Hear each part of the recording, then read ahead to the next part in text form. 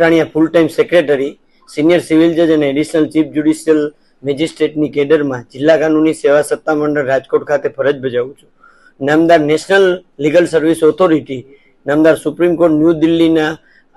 માર્ગદર્શન મુજબ ગુજરાત રાજ્ય કાનૂની સેવા સત્તામંડળની અનુસરામાં જિલ્લા કાનૂની સેવા સત્તામંડળ રાજકોટ દ્વારા 2025ની આજરોજ ત્રીજી લોક અદાલત 12/7/2025ના રોજ જેનું આયોજન થયું છે તેનું ઉદ્ઘાટન નામદાર મુખ્ય જિલ્લા ન્યાયાધીશ અને ચેરમેન જે.આર. શાહ સાહેબે 10:30 કલાકે કરેલ છે.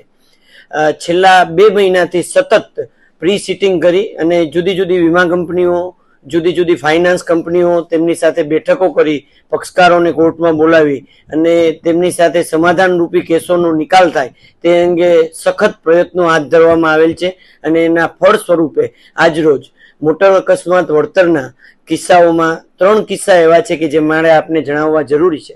જેમાં અકસ્માતમાં ભોગ બનનારના વારસદારોને વીમા કંપનીઓ દ્વારા એક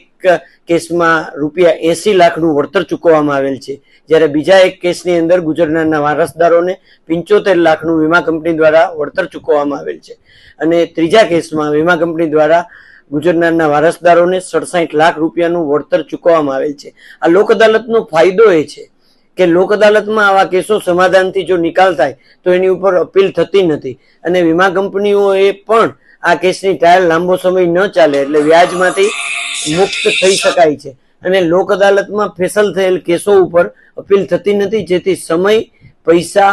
નાણાં તમામ વસ્તુનો વ્યય થતો અટકે છે અને લોક અદાલતમાં બંને પક્ષકારોનો વિજય એ અમારો મંત્ર છે. એ થકી આજરોજની લોક અદાલતમાં કુલ અમે 36,710 કેસો મૂકેલા છે અને પૂરા દિવસમાં એક પણ કેસ દાખલ આજે રજા હોવાથી થશે નહીં, પરંતુ મોટી સંખ્યામાં રાજકોટ જિલ્લાની તમામ અદાલતોમાં અને ભારત દેશની દરેક કોર્ટમાં આજરોજ લોક અદાલતમાં કેસોનો સફળ નિવેડો